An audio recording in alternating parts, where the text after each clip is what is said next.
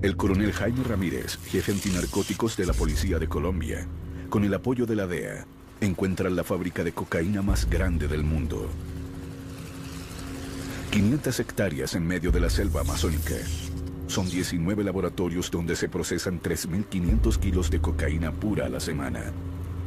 6 pistas clandestinas donde hay parqueados, varios aviones y un helicóptero. 13 toneladas de coca están camufladas en medio de la maleza. Droga que en ese momento en las calles de Estados Unidos alcanzarían un precio de $1.200 millones. Tranquilandia le confirma al país que el narcotráfico tiene un gran alcance y que tras él, además de Pablo Escobar, hay un hombre temible y poderoso, Gonzalo Rodríguez Gacha. Pablo Escobar le tenía miedo a Rodríguez Gacha. ¿Cómo sería mal? Es que él era matarife. Creyó que todo el mundo era un cerdito que estaba matando, una vaca o, como decimos nosotros en nuestro argot, sin agüero. Yo creo que Rodríguez Gacha era un hombre mucho más rico que Pablo Escobar y que tenía una visión financiera mucho menos parroquial que la que tenía Pablo Escobar. Gacha era un asesino, Gacha era un asesino despiadado. Fue el socio violento que necesitaba Pablo Escobar para desatar toda esa etapa de narcoterrorismo que hubo en el país. Inclusive las cosas que ocurrieron en Bogotá por cuenta del narcotráfico eran de gente que estaba a las órdenes de Rodríguez Gacha. Si nosotros hacemos un análisis del mexicano y lo comparamos con Pablo Escobar, pongamos que el mexicano es un 10 y Pablo Escobar era un 3 o un 4. Entonces, no había comparación. Hombre, pues ya que soy una persona bastante humanitaria, yo veo que esto es una cosa bastante lamentable. Temido hasta por Pablo Escobar, ¿quién era finalmente Gonzalo Rodríguez Gacha, el mexicano? ¿Un capo de la droga? ¿El brazo armado del cártel de Medellín? ¿El hombre que más influyó en los carteles mexicanos? ¿Un psicópata? ¿Un instrumento del poder?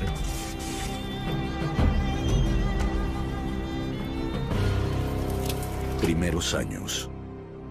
De pocas palabras, bajo perfil, con gusto desmesurado por la cultura mexicana. Gacha es una mezcla de gran empresario del narcotráfico y terrorista. Alguien sin límites morales.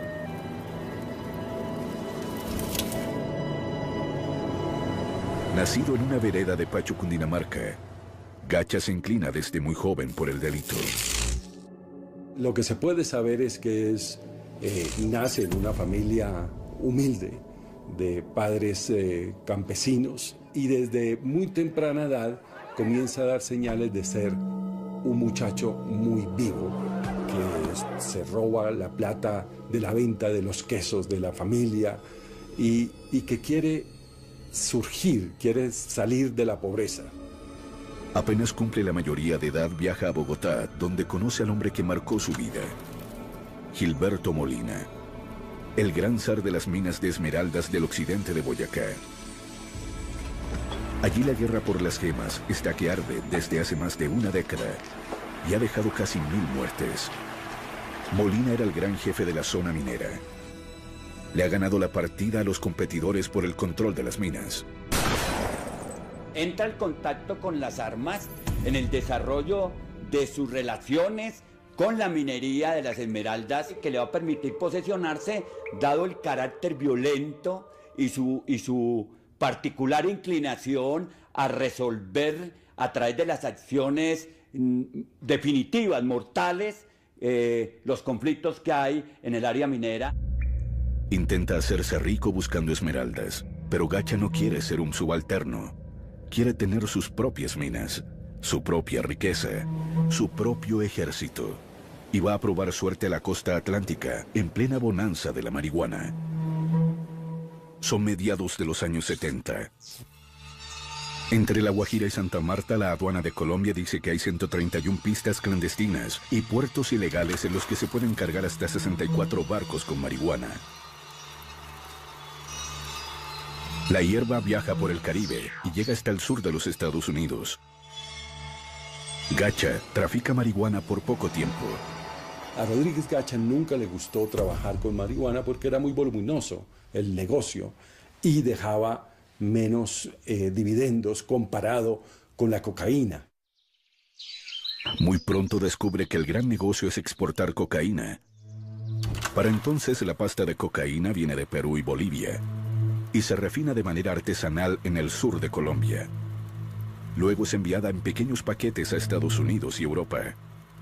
Yo creo que en principio el aporte de Gacha fue traer la semilla de la coca a Colombia y empezar a producir 3 y hasta 4 cosechas al año en este país sin depender del suministro de Perú y de Bolivia. Cuando ellos descubren la mina, de cómo un kilo de coca que valía aquí en ese tiempo $1.000 y en Miami valía 15 y en Nueva York 20 y en el Japón 100, se encontraron un banco emisor ahí, porque es pura plata. Traen la semilla, siembran el territorio, particularmente los llanos orientales, el Caquetá, el Meta, Casanare, siembran los territorios del país con hoja de coca, producen en los laboratorios, en las cocinas, el alcaloide, lo trasladan a través de las rutas comerciales y lo colocan en los mercados de consumidores, lo que hace que el precio de la coca tenga un control único por quien lo está produciendo. Gacha convierte una empresa artesanal en una industria. La industria de la cocaína va creciendo lentamente en los territorios olvidados por los gobiernos colombianos, a donde llegan en masa campesinos sin tierra. El gobierno de Estados Unidos ya ve este como un nuevo frente de guerra. En 1973, el presidente Richard Nixon ha creado la DEA. La guerra de Vietnam ha terminado y Estados Unidos enfoca sus esfuerzos en la nueva guerra contra las drogas que proviene de América Latina. La cocaína es la nueva moda de los bares en Nueva York, Los Ángeles y Miami. La demanda crece y los cultivos y laboratorios también. La cocaína está de moda en Estados Unidos. La revista Newsweek publica un artículo en portada que glamoriza el uso de la cocaína. Dice que es como tomar vino. Eso hay que entenderlo para poder comprender por qué el cartel de Medellín, y en este caso Rodríguez Gacha, se vuelven muy poderosos. Porque hay una gigantesca nariz abierta en Estados Unidos consumiendo toneladas de cocaína o fumándose grandes hectáreas de marihuana. Guerra contra el Estado.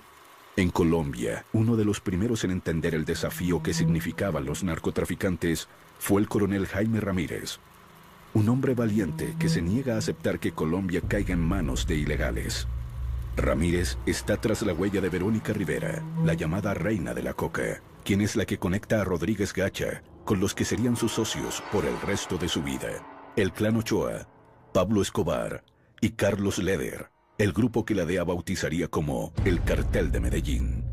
Yo creo que la relación entre Gacha y Escobar era una relación de respeto mutuo. Los dos sabían que eran asesinos peligrosos, traicioneros, que se podían hacer daño. Pablo Escobar era un narco que soñaba con ser presidente, que tenía toda una filosofía endeble, política, y Gacha se entendía a sí mismo como un campesino que no tenía aspiraciones políticas, sino que quería hacer plata y hacer lo que le diera la gana con ese dinero. Gonzalo Rodríguez Gacha para la DEA siempre fue el hombre más importante que existió en ese entonces, muchísimo más que Pablo Escobar. El mexicano era el número 1 para la DEA, era el objetivo principal. Para principios de los años 80, Rodríguez Gacha tiene una red de laboratorios en las inhóspitas selvas. Pero no está solo. Allí desde hace años tiene su imperio, las FARC. Una guerrilla de mediano poder en aquel entonces, ignorada en el centro del país, pero que maneja con mano de hierro la vida de miles de los humildes colonos que llegan a la selva tras un nuevo dorado, la coca. Ya son 4.000 las hectáreas cultivadas. 20 años después, al finalizar los 90, serían 150.000. Para ese entonces, las rutas de la coca en el Caribe, que maneja Carlos Leder desde el Cayo Norman, en las Bahamas, son asediadas por la DEA. Rodríguez Gacha entonces, con su hambre de poder, mira hacia México, donde prevé está el futuro del narcotráfico. Pero en realidad lo que pasó es que los Estados Unidos logró bloquear la vía del Caribe, marítima y aérea, para acceder a Estados Unidos con droga enviada directamente desde Colombia. Y fue a partir de ese momento que los embarques de droga empezaron a salir por el Pacífico a Centroamérica y a México, que obviamente es mucho más difícil de cuidar porque es una frontera viva gigantescamente larga y pasa tanta gente que es mucho más difícil controlarla. El cartel de Sinaloa, controlado por Félix Gallardo, estaba interesado en diversificarse. Ellos dependían, a mediados de los 80, dependían mucho de la marihuana, pero no tenían un suministro constante de cocaína y tenían toda esta frontera inmensa con Estados Unidos para pasar la droga. Y hace el contacto con el Chapo Guzmán. El Chapo Guzmán es empleado de Félix Gallardo y ahí se comienza esta relación que lleva a Rodríguez Gacha a tener pistas, a comprar pistas en la frontera de México y Estados Unidos y trabajar con un promedio de 50-50 con los narcotraficantes mexicanos. Rodríguez Gacha hace el mejor negocio de su vida, lo que lo catapulta a ser un poderoso narcotraficante. México le causa gran impacto y termina convirtiéndose en un mexicano más. Siempre se ha dicho que él, el primer negocio que hizo grande, lo coronó por un puerto que se llama Mazatlán en México, y que a raíz de eso fue que él le cogió tanto amor a la cultura mexicana, y todas las propiedades de él llevaban nombres mexicanos. Los caballos tenían el nombre mexicano, en la finca tenía 200 sombreros de colección de alto costo, en unos están, me dicen que inclusive muchos cantantes famosos vinieron a compartir con él. El negocio está disparado. Los miembros del cartel de Medellín, incluido Rodríguez Gacha, posan de benefactores del país. Incluso Gacha reparte dinero a las víctimas del terremoto de Popayán. Pablo Escobar se lanza a la política y Carlos Leder da discursos nacionalistas en la plaza pública.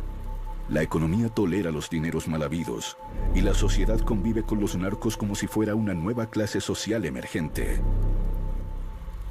Él tenía muchas propiedades y daba mucho empleo, había mucha gente que dependía económicamente de él. Lo de la capilla del municipio, él también colabora mucho en la reconstrucción de lo que hoy en día es la parroquia San Antonio de Padua económicamente. Él era una persona que colaboraba mucho con la gente, que era muy generosa y la gente lo seguía indiferentemente pues, de las actividades que después se supieron que él tenía. El hecho de que aquí haya tenido ese auge y haya tenido además esa aceptación social tiene que ver tanto con el debilitamiento del Estado como con el hecho de que esos sectores del narcotráfico financiaban también pues, industrias muy populares entre las personas, como el fútbol, cosas que finalmente representan parte de las expresiones populares de las personas.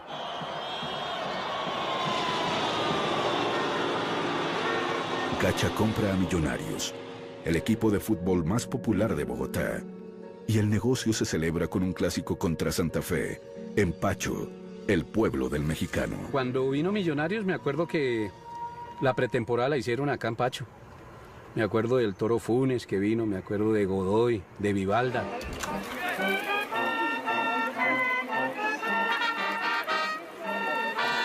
En la cancha estaba todo el pueblo de Pacho. Nos cambiamos, nos desplazamos a la cancha y es una cancha en muy buena condición para jugar un partido profesional. Estaba todo el pueblo de Pacho. Estaban las autoridades locales, el alcalde, estaba el policía, el jefe de policía.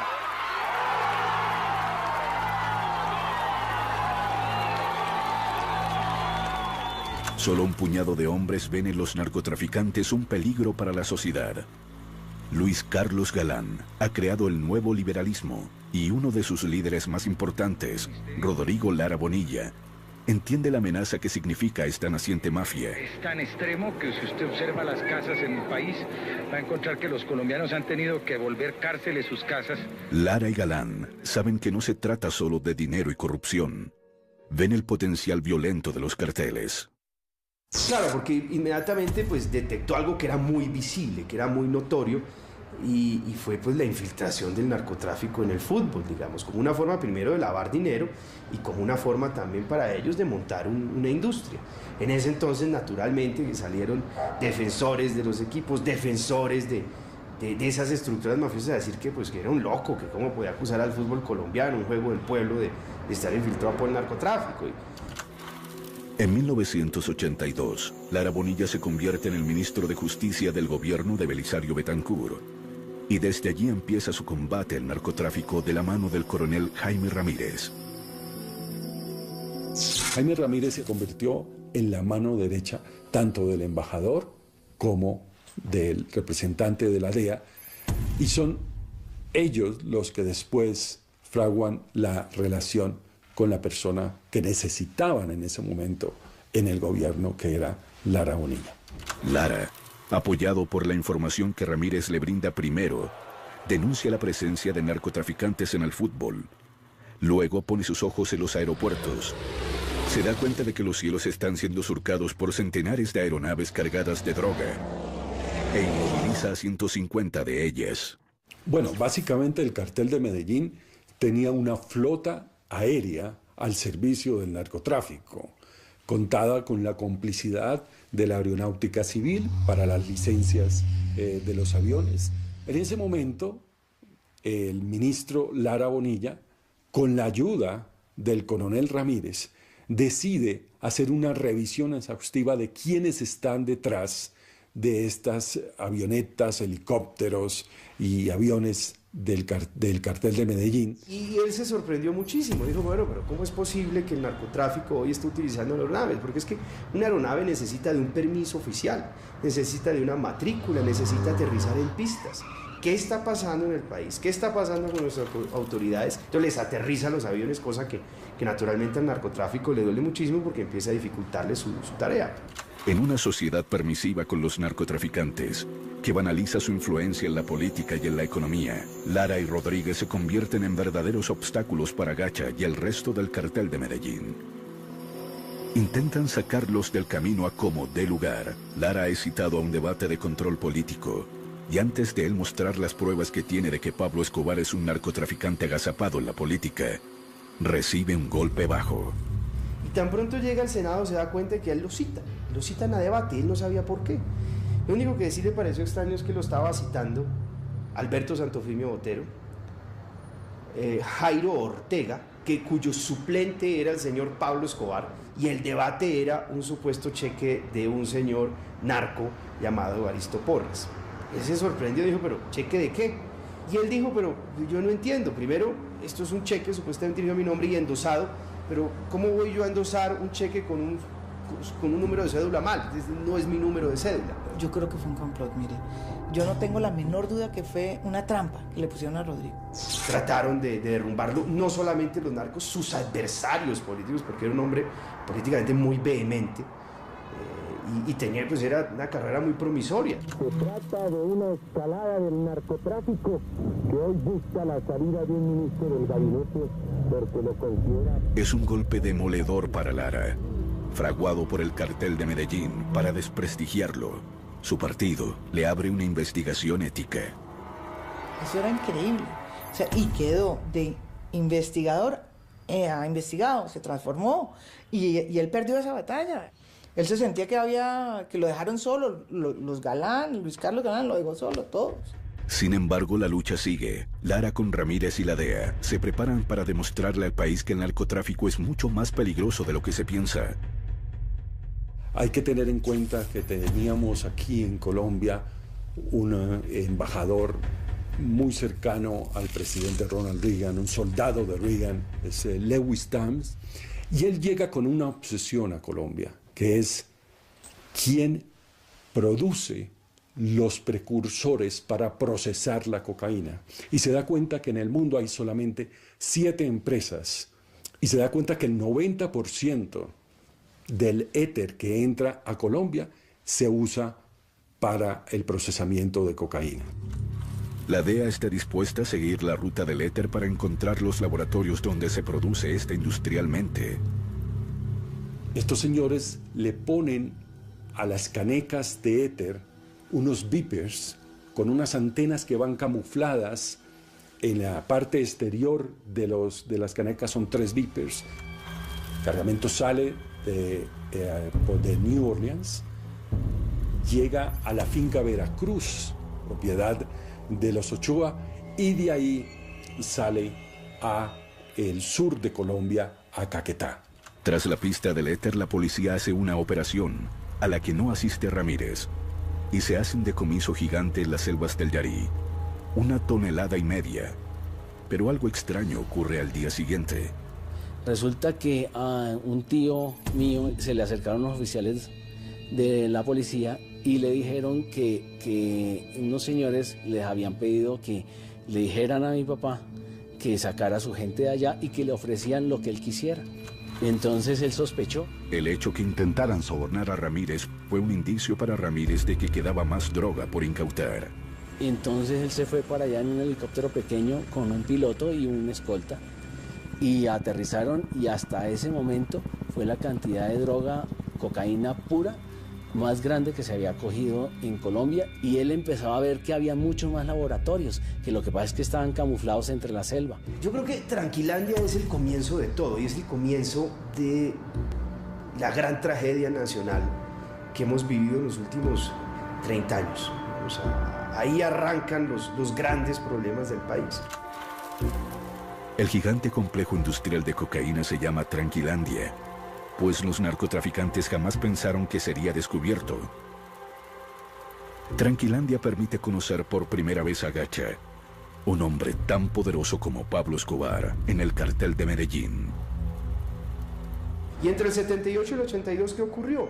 Que narcos que antes eran artesanos de la cocaína se volvieron tal vez los hombres o hacían parte del club de hombres más ricos del mundo. Y naturalmente estas personas, con esa concentración de poder, dan el salto siguiente, y es tratar de convertir a Colombia en una narcodemocracia. Días después del ataque a Tranquilandia, Lara Bonilla se reúne con su hermana en Neiva y le dice: no se puede imaginar el nivel de filtración que tienen los carteles en la política en este país. Digamos, llega y hace un allanamiento a la gerencia de este complejo, pues se encontró con una contabilidad, y según contaba él, lo que encontró en Tranquilandia estremecería al país.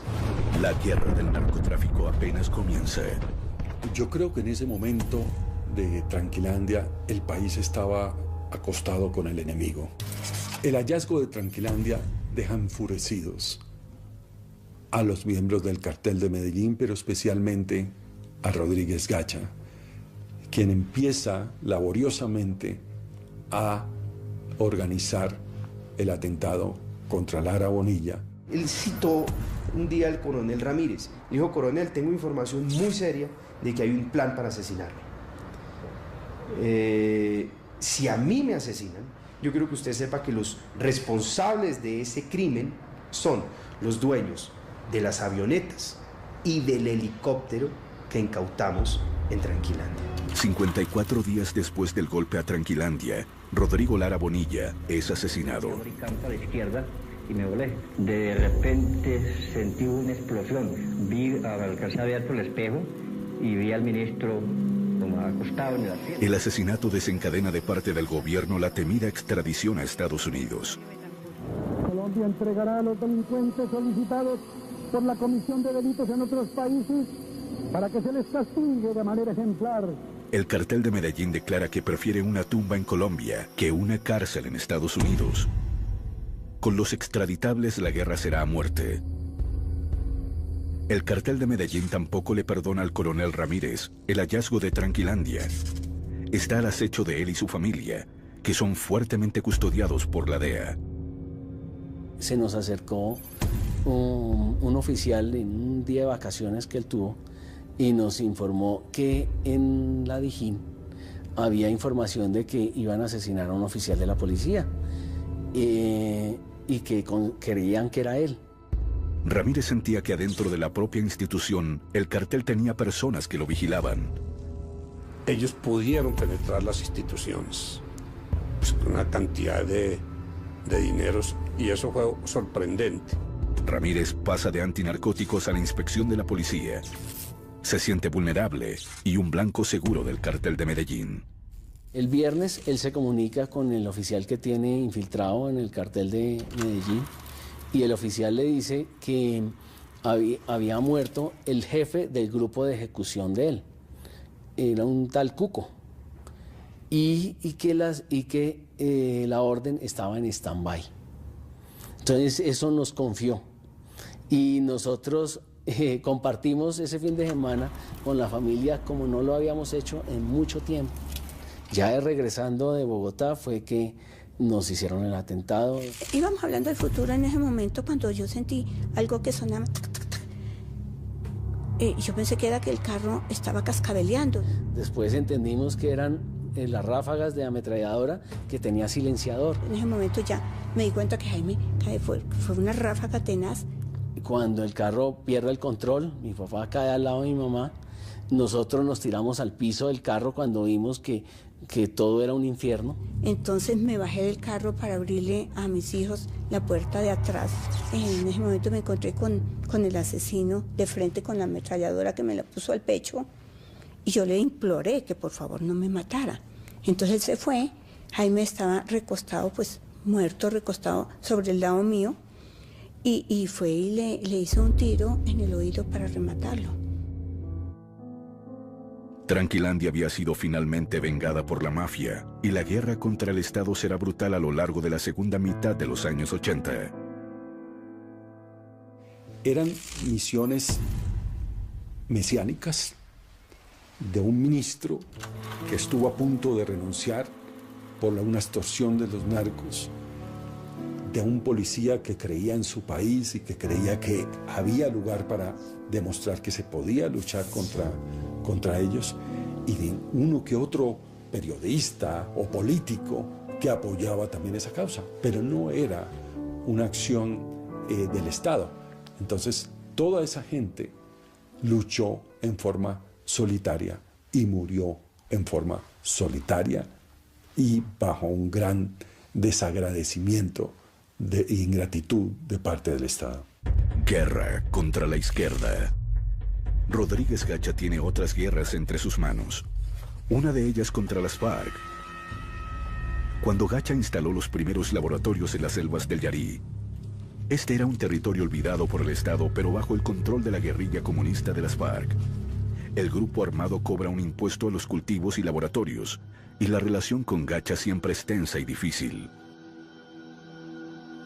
Gacha tenía unos intereses muy fuertes en el centro, en el sur del país, donde estaba el laboratorio Tranquilandia, que por mucho tiempo habían convivido con las FARC porque habían hecho un intercambio. Las FARC protegía el laboratorio y ellos vivían tranquilos y exportaban sin ningún problema. Por supuesto que las FARC, y quiero ser clara en esto, tuvieron muchas relaciones y muchos vínculos con el tráfico, pues porque fueron sus colonos, gente con la que ellos habían ayudado a colonizar el Caquetá, que estaban sembrando la coca y ellos eran intermediarios y ellos regularon ese mercado.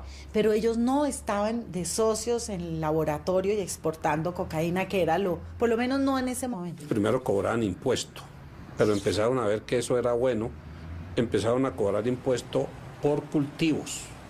Después cobraban por laboratorio. Ese fue un curso de ascenso, después por kilo y después ya hicieron contactos internacionales. En el Magdalena Medio, donde Gacha se ha hecho a las mejores tierras, y allí la guerrilla también acosa con la extorsión y el secuestro. En 1981, la guerrilla del M-19 secuestra a la hermana de uno de los miembros del cartel de Medellín, Marta Nieves Ochoa. El cartel funda un grupo paramilitar en Puerto Boyacá, donde Gacha ha comprado inmensas tierras. El MAS, muerte a secuestradores. Así comienza una de las etapas más nefastas de la historia reciente de Colombia, la de las masacres y el exterminio. Cuando la devuelven, la devuelven como a los 90 días, ese MAS originario se disuelve, pero el nombre MAS se convierte en una especie de franquicia o de nombre fácil para que cualquiera que quisiera asesinar gente que tuviera que ver con guerrillas o incluso con la izquierda solamente pudieran asesinar. Gacha financió Muerte a los Secuestradores, que fue una primera célula de estos grupos paramilitares. Fue el paso entre digamos, en la historia del paramilitarismo, estos escuadrones de la muerte encubiertos en los que eran miembros del ejército directamente los que se hacían pasar como escuadrones de la muerte, fue el paso de ese tipo de estrategia a una estrategia en la cual se vinculaban campesinos, sectores rurales, a pequeños grupos y estructuras que se terminaron convirtiendo después en un ejército, las Autodefensas Unidas de Colombia. Pero bueno, Gacha hizo parte de todo ese proceso. El mexicano intenta hacer acuerdos con las FARC, pero no lo logra.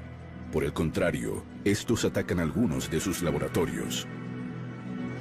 Jacobo siempre se opuso al narcotráfico. A él no le importaba que se cobrara el famoso gramaje, que era este impuesto que se cobraba por la coca, pero lo que sí estaba totalmente en contra era que se entrara en el negocio, que las FARC se metiera.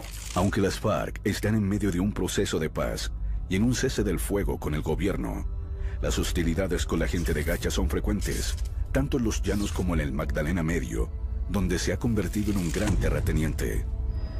Pero allá es diferente a las selvas del Yarí. En el Magdalena Medio están en juego grandes haciendas ganaderas, riqueza y el poder político de sus aliados. Los ganaderos en particular están agobiados con las extorsiones y secuestros de las FARC, y con el apoyo del batallón Bárbula del ejército, crean una autodefensa, una figura que era legal en Colombia desde 1968. Y a la que acudieron también los esmeralderos y todos aquellos que tenían negocios en lugares apartados del país.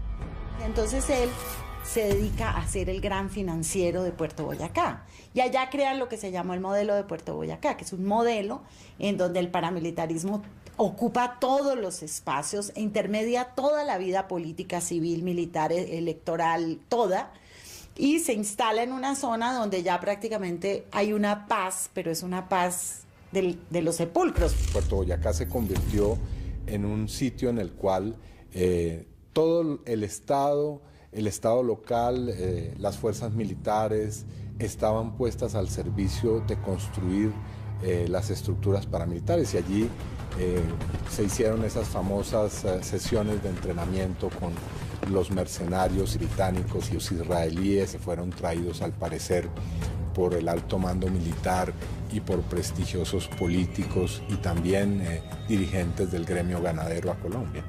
Rodríguez Gacha, que quiere llenar de coca al país y construir un gran corredor para el narcotráfico entre los llanos orientales y la costa atlántica, pasando por el Magdalena Medio. Para eso se hace propietario de inmensas extensiones de tierras, a veces compradas, a veces tomadas a la fuerza. Empieza a construir su gran ejército paramilitar y compra armas en el mercado negro. Quiere doblegar a las FARC y, de paso, a todos quienes simpatizan con ellas. Eso tampoco pues es que fuera propiamente una cosa ideológica, no. Eso era para defender las tierras que ellos, donde lograban expulsar las FARC y expulsaban las FARC, y si tenían que matar los campesinos porque supuestamente eran colaboradores, los mataban. Entonces ese cuento de que eso era para defender... para defendernos del comunismo y eso es un cuento, era para defender sus intereses. Y ahí se mostraba él cómo era, o sea, ¿quién era? Un señor conservador que decía que él estaba mamado, que la guerrilla estuviera agarrando mejor dicho, que estaba asesinando a todo el mundo, y que él decidió hacer un ejército privado para defenderse porque aquí nadie lo defendía. Lo que tenía Rodríguez Gacha era que tenía muy buena penetración con los militares, con la policía, con el DAS, es que manejaba todo en una zona donde era pues fundamental para poder producir y sacar el narcotráfico. En medio del proceso de paz que estaba en curso, las FARC empiezan a hacer política a través de la Unión Patriótica. En 1986 ganan numerosos escaños al Consejo, a las diputaciones y al Congreso.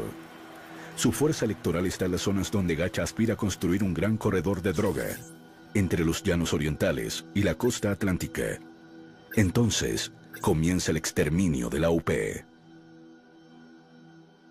Efectivamente, Gacha aparece como autor y como determinador de varios de los principales asesinatos y magnicidios que se cometieron en las primeras salidas públicas de la Unión Patriótica, en elecciones y también en los procesos que se estaban estructurando en las regiones del país. Entre 1986 y 1989, la guerra sucia contra la Unión Patriótica es devastadora. Masacres como la de Segovia se hacen para golpear a sus bases sociales. Son asesinados 9 de sus congresistas y cientos de concejales. Gacha entiende que cualquier proceso que permita entrar en la vida civil a guerrilleros, como es el de la UP, va a crearle a él un enemigo ya dentro del mundo lícito, y entiende que hay que eliminarlos a todos, y financia esa campaña terrible de asesinato de 3.000 militantes de la Unión Patriótica.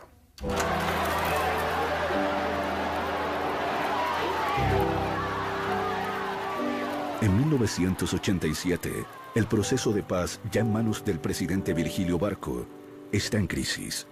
Las FARC rompen la tregua y semanas después, Gacha ordena la muerte del candidato presidencial de la UP, Jaime Pardo Leal, un carismático abogado de centroizquierda. La muerte de Pardo Leal se convierte en un punto de quiebre para el país. Las FARC asumen que no hay espacio para pactar la paz y se van por el camino de la guerra hasta hoy. Guerra contra el cartel de Cali. Gacha y el cartel de Medellín abren un nuevo frente de batalla en 1987, esta vez contra el cartel de Cali. La guerra empieza porque ellos se habían dividido sus negocios en Estados Unidos. El cartel de Cali toma la parte de Nueva York y la parte norte, y parece que ellos vieron mucho celo porque les fue mejor a los de Cali y empezaron a meterse en sus negocios. Esta es la guerra que marcará el principio del fin del cartel de Medellín. La guerra empieza cuando el cartel de Cali dinamita el edificio Mónaco donde vive Pablo Escobar. Luego el cartel de Medellín se ensañarán contra las drogas La Rebaja, una cadena de farmacias propiedad de los hermanos Rodríguez Orejuela de Cali. En esa guerra, el brazo armado, como lo fue en otras, del cartel de Medellín, era Rodríguez Gacha. Pablo Escobar sabía que contaba con un hombre que tomaba esas decisiones militares rápidas y que era bueno para la logística, y lo utilizó para esa guerra contra el cartel de Cali. Guerra contra esmeralderos. Pero a Rodríguez Gacha se le abrió un campo de batalla más. Sus antiguos amigos, los esmeralderos. Rodríguez Gacha soñaba con crear un corredor que le permitiera sacar la droga por los llanos orientales hacia las costas, y para eso tenía que pasar por el terreno de Víctor Carranza, el gran zar de las esmeraldas. No quiere que su zona se contamine con el negocio de la droga, entonces Víctor Carranza cree que le puede dar un contentillo a Rodríguez Gacha vendiéndole una propiedad, una mina en esta zona para tenerlo tranquilo. Pero Rodríguez Gacha no quiere eso, quiere todo. Esta guerra es tan feroz que Gacha termina por asesinar a su mentor, Gilberto Molina, en 1989. Una masacre en Sasaima donde mueren 20 personas, además del hombre que le enseñó a Gacha el poder de las armas. Gacha tiene abiertos 4 frentes de batalla: contra el Estado, las FARC, el cartel de Cali y contra los esmeralderos. Necesita hombres, entrenamiento y armas. Es así como Gacha consigue que vengan hasta el Magdalena Medio por lo menos 2 misiones de mercenarios extranjeros, de Israel y de Gran Bretaña. Antes de que los mercenarios israelíes llegaran a Colombia, Gacha tuvo contacto con mercenarios británicos que le ofrecieron volar en pedazos Casa Verde, el sitio, el epicentro de las FARC. Sobre los israelíes hay mucha controversia. Yair Klein, un ex oficial del ejército de Israel, llegó con otros oficiales en retiro de su país. Según sus propias versiones, recibieron $75,000 por entrenar a 3 grupos de 30 personas en el Magdalena Medio, en una de las fincas del mexicano. Yair Klein dice que él no sabía que Rodríguez Gacha era un narcotraficante, sino que era un empresario ganadero y agricultor de la región. Esa es una versión muy difícil de creer. Meses después de que Klein y sus hombres entrenaran a los paramilitares del Magdalena Medio, se produjo una ola de masacres como jamás las había visto Colombia. En esa escuela, la escuela de Jair Klein, si uno toma la lista de los alumnos, se da cuenta que fueron los grandes asesinos y autores de las peores masacres que ha visto la historia de Colombia. La manera como les enseñaron a todos el uso de los explosivos, la manera de matar gente sin necesidad de enterrarla, agilizaba las masacres. O sea, les enseñaron unas técnicas impresionantes para matar más rápido. ¿Dónde están las tumbas de las masacres colectivas? ¿Dónde están los nombres de los que fueron arrojados a los ríos? De los que fueron consumidos en fosos de caimanes y de cocodrilos que se construyeron para eso. Es decir, el imaginario de la criminalidad narco-paramilitar y narcoterrorista es absolutamente para espantar, para llenar de terror, porque ese era el propósito, construir el terror y gobernar y controlar el territorio desde el terror, administrando económicamente el miedo. En ese momento Colombia se suma en el periodo más aterrador de su historia. Los narcotraficantes tienen dinero, muchas armas, redes de cómplices en todos lados y ningún escrúpulo para matar. No solo han matado a Lara, sino a Lou Murtra, al procurador Carlos Mauro Hoyos, y vuelan la sede del DAS, que alberga a uno de sus archienemigos, el general Maza Márquez, a quien acusan de estar trabajando de la mano del Cartel de Cali. La mafia de Cali quiere evitar un golpe mortal contra sus familias y para ello necesitan infiltrar al Cartel de Medellín. Necesitan la cabeza de Gacha. El Cartel de Cali diseña una estrategia demoledora de infiltración del Cartel de Medellín, en el marco del cual aparece Jorge Velázquez, el navegante. El Cartel de Cali sabe que Rodríguez Gacha o cualquiera otro de los narcotraficantes del Cartel de Medellín, tarde o temprano, iba a buscar la ayuda del navegante. Y el navegante empieza a reportar al DAS y al Cartel de Cali todas las acciones de acercamiento a Rodríguez Gacha. Velázquez se gana la confianza de Gacha. Le hace viajes con droga. En varias ocasiones es citado a Pacho por el mexicano. Nadie sospecha que se trata de un informante. Gacha necesitaba armas y le pide a Jair Klein que le solucione ese problema. Y para ello, Rodríguez Gacha le presenta a Klein a Jorge Velázquez, el navegante. Son 2.000 fusiles, muchos de los cuales serán encontrados después en las propiedades de Gacha. Después se hizo un seguimiento del serial de una de las armas y se logró establecer que fue la que se usó para el asesinato del candidato Luis Carlos Galán. Rueda Rocha, que es el asesino de Galán, el asesino, el que puso el que está involucrado en todos estos atentados, era un hombre de Jacopí, era un muchacho de Jacopí, y Jacopí era zona de Gacha. A Luis Carlos Galán lo matan porque ellos creen que les va a voltear la torta. O sea, ellos tenían muchísima gente en el Congreso. Y ellos sentían que Luis Carlos Galán era esa parte de esa política que no iba a negociar con ellos.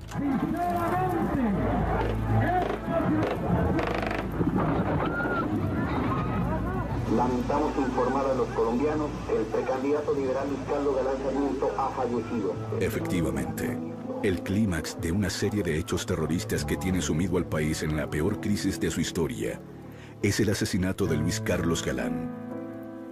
En ese momento, el hombre sobre el que se depositaban las esperanzas del país.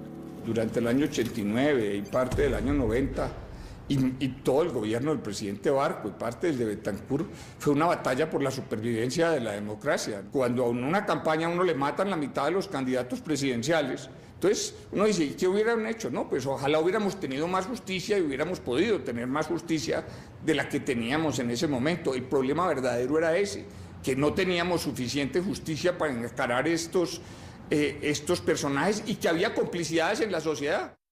Es a César Gaviria quien le corresponde reemplazar a Galán como candidato a la presidencia por el Partido Liberal. Sobre él también se ciñe la amenaza de la muerte. El 27 de noviembre de 1989, Él debe tomar un avión de Avianca de Bogotá a Cali. El avión estalla en el aire. Gaviria no iba en él. Pero 107 personas vuelan en 1000 pedazos. La guerra ya es demencial. Sí es verdad que en ese avión iba a viajar mi seguridad. Y el vuelo se movió para 2 horas antes. Y yo la semana anterior o 2 semanas antes había tomado la decisión de no montar más en avión comercial por una razón que creo que es fácilmente comprensible. Yo me montaba en los aviones y la gente se empezaba a bajar. Ahora, es bastante alucinante que para matar a una persona tumben un avión. La muerte de Gacha. El cerco contra Gacha empieza a cerrarse. La DEA, el DAS y la policía lo persiguen. El cartel de Cali le respira en la nuca y su hijo Freddy, heredero de su imperio criminal, es capturado. Él casi no dormía, Gonzalo no dormía porque él ya tenía presentimiento de que algo tenía que suceder. Y él decía que ningún reino es eterno. Y él sabía que se iba a morir. A pesar de los fusiles, de tener un ejército privado y todas las tierras que quiso, Gacha estaba solo, aterrado con la idea de que no tenía lugar sobre la tierra donde esconderse. Porque todos sus esquemas de seguridad se los había descubierto el DAS en su alianza con el cartel de Cali. O sea, realmente esa alianza fue la que los debilitó. Gacha no tiene en quién confiar y busca refugio justamente en la boca del lobo. Acude al navegante, al hombre que trabaja para el cartel de Cali, para que le brinde protección. El navegante se convierte en un hombre muy importante para Rodríguez Gacha, no solamente para mandar cargamentos de cocaína, sino como un cerebro de su seguridad. Y es en el que confía para hacer un viaje a Cartagena, en principio, en donde se encontraría con Freddy, su hijo, que había sido detenido. El navegante le comunica a su contacto cómo se puede hacer esta operación. En esa misión se encuentra con uno de los helicópteros que le ordena dirigirse a la playa. El navegante se monta en el helicóptero, le indica a la policía y al ejército dónde está hospedado Rodríguez Gacha. Él se encontraba allá en unas cabañas y estaba protegido por sus hombres pues bien armados. Sobrevuelan el área y ven como un camión sale de allí, un camión que ya había visto el navegante, sale de allí y empieza una persecución un poco caótica. Empezaron a atacarnos disparando, de manera que se empezó a responder el fuego.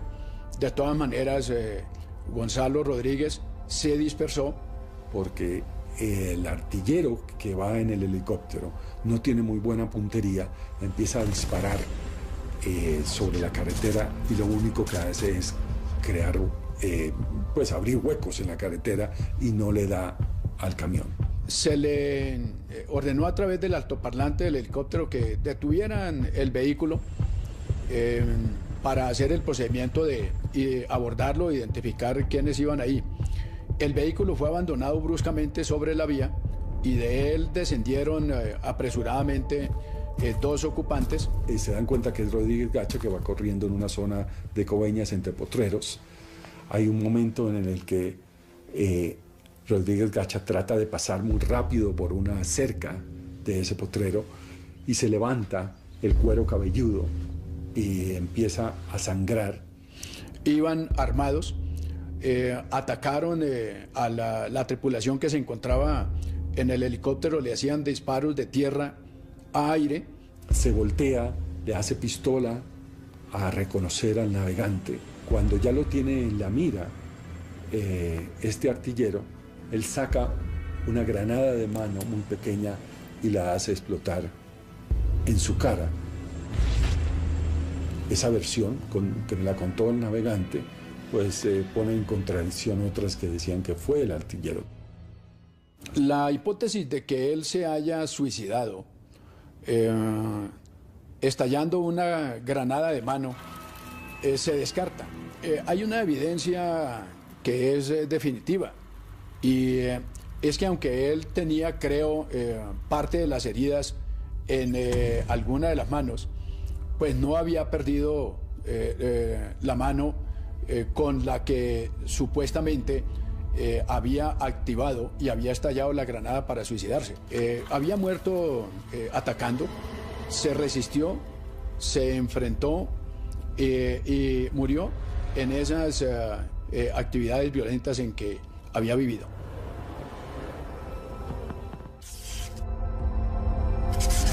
Gonzalo Rodríguez Gacha murió el 15 de diciembre de 1989, a sus 42 años.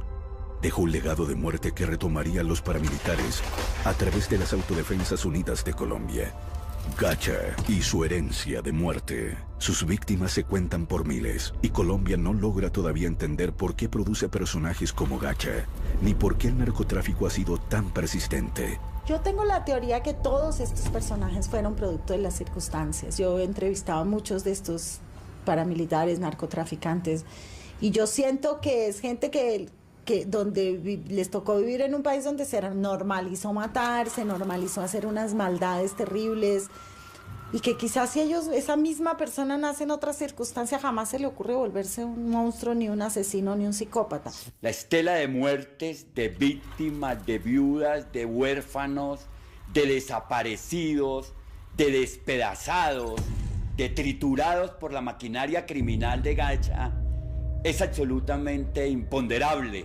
Crímenes atroces que no podrían ser perdonados en ningún tribunal de ninguna naturaleza por el daño que le hicieron al país. No creo que ni Gacha, ni Escobar, ni los Castaño, ni tantos otros fueron individuos que lograron erigir carteles e imperios del crimen organizado sin contar con un inmenso apoyo e incluso con una dirección del poder político. Por supuesto que los socios políticos del cartel de Medellín llegaron a gobernar este país y siguen vigentes políticamente.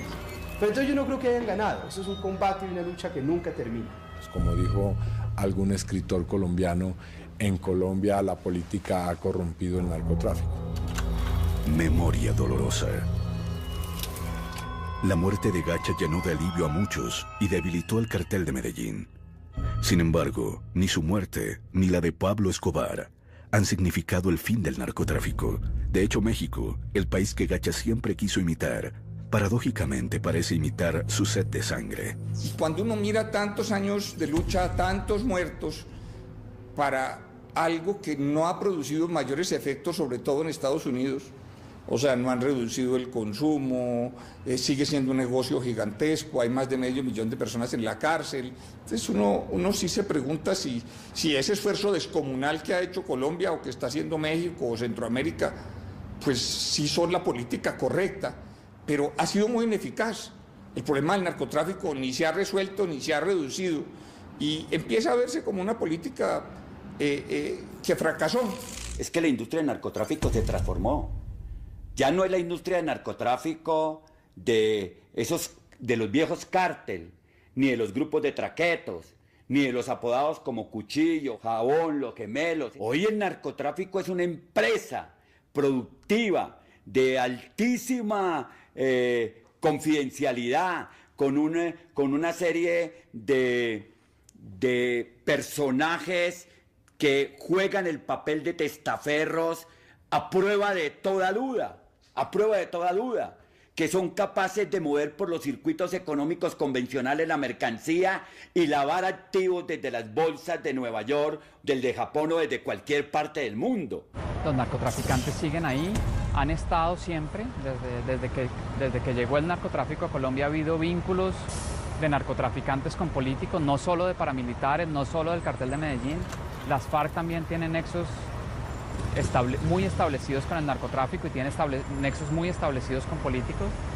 Y es una fuente de financiación de políticos, una fuente de financiación infinita para políticos en las regiones, de dinero, de votos, que les sirve a los políticos de la región.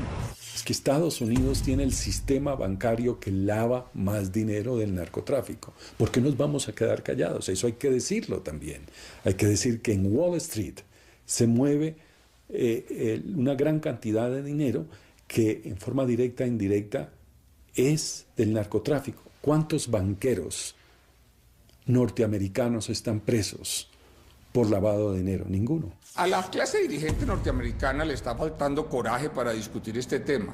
Hay países que nunca irán a permitir que se realice la droga. ¿Qué pasó? Que desde que dividimos los temas empezamos a tirarnos la pelota el uno al otro. Entonces, usted es país productor, usted es país consumidor, usted lava dinero, usted produce precursores químicos. Pero es que si no hubiera coca no había consumo, esa es la más fácil. Pero Colombia sigue siendo un país en donde hay mucho narcotráfico, mucha producción de drogas ilegales, y tal vez la mejor forma de luchar contra el narcotráfico no sea una guerra frontal, sino sea básicamente reduciendo las rentas ilegales de este negocio. ¿Cómo? Nadie está hablando de legalizar la producción de cocaína, pero sí de repente de regular un mercado que produce unas rentas que si se le quitan generarían muchísimo menos violencia a las que hoy genera. La fortuna de Gonzalo Rodríguez Gacha pasó en buena medida al Estado, al que le tomó 25 años hacer la extinción de dominio.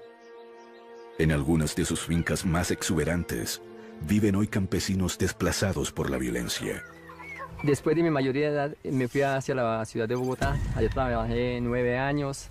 Después de eso, me vine aquí vuelvo a mi tierra, a mi vereda, porque se estaba dando lo de la reforma agraria. Entonces me inscribo, salgo seleccionado y me dicen, sale tierra para ti. Esta tierra era de don Gonzalo Rodríguez Gacha. La plata que se ganó con él es como maldita, si esa plata, eso se fuma. Porque como en el caso de mucha gente que yo conozco, incluyendo el mío mismo, yo logré hacer una pequeña fortuna, no mucho, pero eso nunca duró, eso. Uno se da cuenta con el transcurrir del tiempo que hay que trabajar y sudarla, y con el sudor de la frente conseguirla, porque lo contrario eso no, esa plata no dura. A un cuarto de siglo después de la muerte de Gacha, a Colombia todavía le cuesta reconocer que pasó durante los peores años de la guerra contra el narcotráfico. El país se debate entre el silencio y la adulación del mundo del narcotráfico.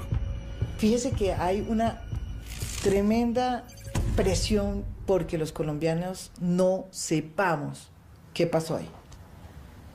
Y porque las personas que están vivas no sean capaces de decir la verdad. O sea, no hemos podido saber la verdad. Yo creo que en Colombia hay una tendencia a romper los espejos para que no se refleje la realidad.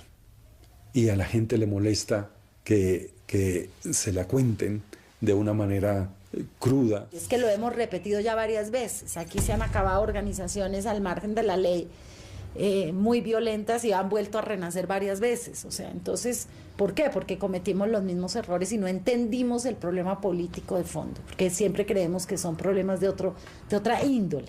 Pero en general es una historia que la gente quiere ver de reojo, no la quiere confrontar porque sabe que es una vergüenza para su país que su historia la hayan movido durante tanto tiempo estos personajes crueles y sin ninguna moral. Que ahora llega el tiempo de los buenos. Yo creo que ahí es donde se puede hacer un equilibrio de por qué es más importante el coronel Ramírez que Rodríguez Gacha y que Pablo Escobar. ¿Por qué el coronel Franken? ¿Por qué todos los muertos? Todos que hemos sacrificado nuestra libertad, nuestra felicidad a veces, que nos escuchen. La vida de Gonzalo Rodríguez Gacha, el daño que hizo, las secuelas de sus crímenes, han inspirado una serie de televisión producida por Fox Internacional, basada en la investigación de Gerardo Reyes y los libretos de Mauricio Navas, Gustavo Salcedo y Catalina Palomino. El Rodríguez Gacha que yo escribí es un símbolo de una forma de pensar que estoy convencido todavía existe. La forma de pensar en la que valores como la lealtad, valores como el compromiso con la sociedad, el compromiso con la ley, el compromiso con las instituciones no existen. Existe solamente el interés personal de satisfacer mi capricho existencial momentáneo, ya sea que quiero ser rico, ya sea que quiero tener a 5 reinas de belleza, ya quiera que dominar un pueblo. Veo que nos vamos entendiendo. ¿Usted cómo se llama? Me llamo Gonzalo Rodríguez Gacha, patrón. Esta es una serie sobre aquellos personajes que le dijeron no al crimen, no al narcotráfico, no a la corrupción, no a Gacha. ¿Sabe qué es lo que más me aterra, Jaime? La tranquilidad de estos tipos. Es que este tipo tiene comprado medio mundo. Es la historia sobre todo de aquellas personas que luchan contra este flagelo del narcotráfico y que luchan en general contra todo lo que no sea correcto, contra la corrupción, contra la deshonestidad, ¿sí? Contra la riqueza fácil.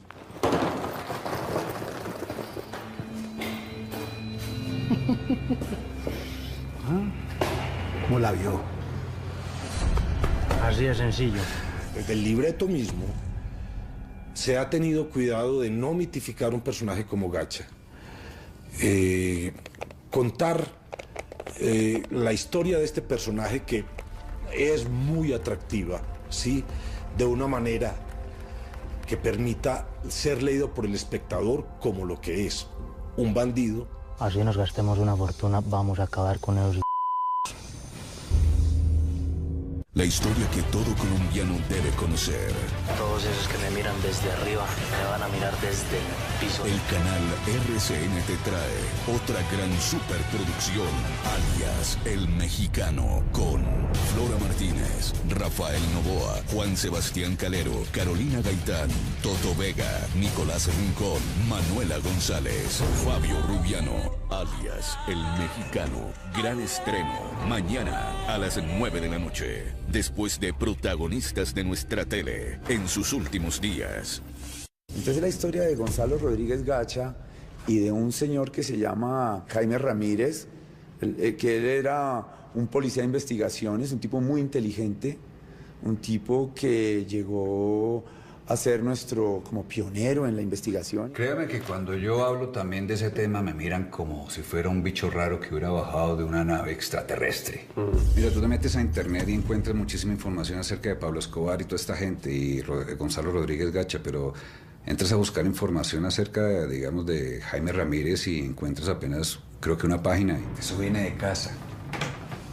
Jaime Ramírez Gómez creía en la institución, creía en ser un buen policía, creía en hacer las cosas correctamente, paga. De verdad la felicito. Ojalá todos los colombianos fuéramos como usted.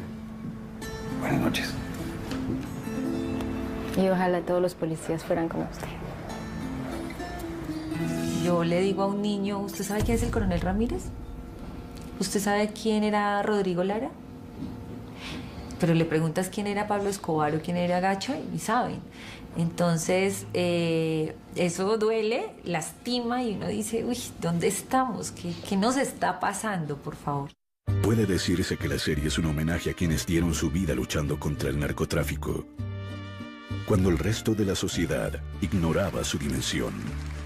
Rodrigo Lara Bonilla, en compañía de Jaime Ramírez Gómez, fueron los dos tipos que le pusieron por primera vez el pecho al narcotráfico en Colombia.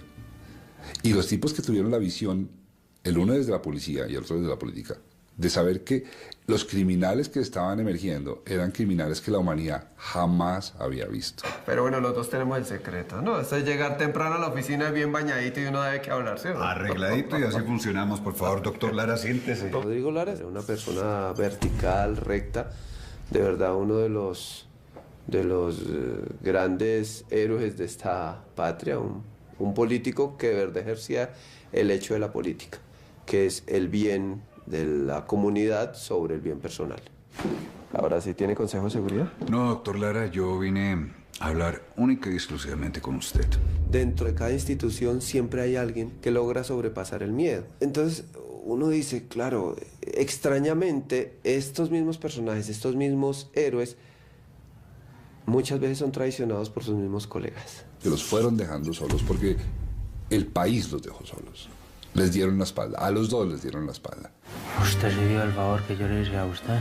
Pero la serie no es una serie de historia, sino un drama de ficción basado en una investigación periodística. Y entonces empezaron a aparecer fuentes de información, algunas pues, cuyos nombres no se pueden revelar, y me permitieron construir una ficción basada en lo real, que es uno de los grandes motores de la historia, y son personajes como Ana Belén. Buenas, con permiso. Mucho gusto. Gonzalo Rodríguez Gacha.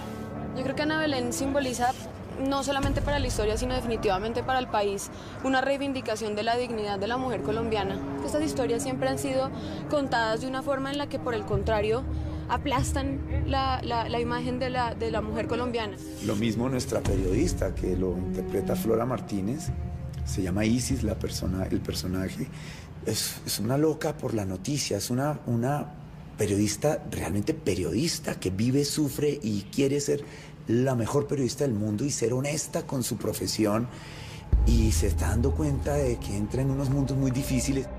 Es una mujer que no puede ser objetiva porque cree en la verdad, cree en la justicia, entonces se empieza a meter cada vez más y más y más y más en líos. Lo duro que he encontrado haciendo esta serie es que realmente no ha cambiado nada. Estamos contando una historia de hace 50 años que se sigue repitiendo. Es importante realizar una historia sobre la vida de Gonzalo Rodríguez Gacha, porque los colombianos merecemos que nuestra historia sea contada por nosotros mismos, para leernos y entender qué ha pasado con nosotros. Yo en Rodríguez Gacha encontré un desahogo a un dolor profundo, es un dolor de país. He tratado de llamar la atención, de que cuando el país vea a Gacha se haga preguntas. Es mirar, es haber visto una radiografía del país donde están creciendo mis hijos. Es muy doloroso. ¿Será que sin el dinero de Gonzalo Rodríguez Gacha los colombianos van a dejar de vender su alma? No, porque se fue el que las compraba, pero se quedaron los que la venden.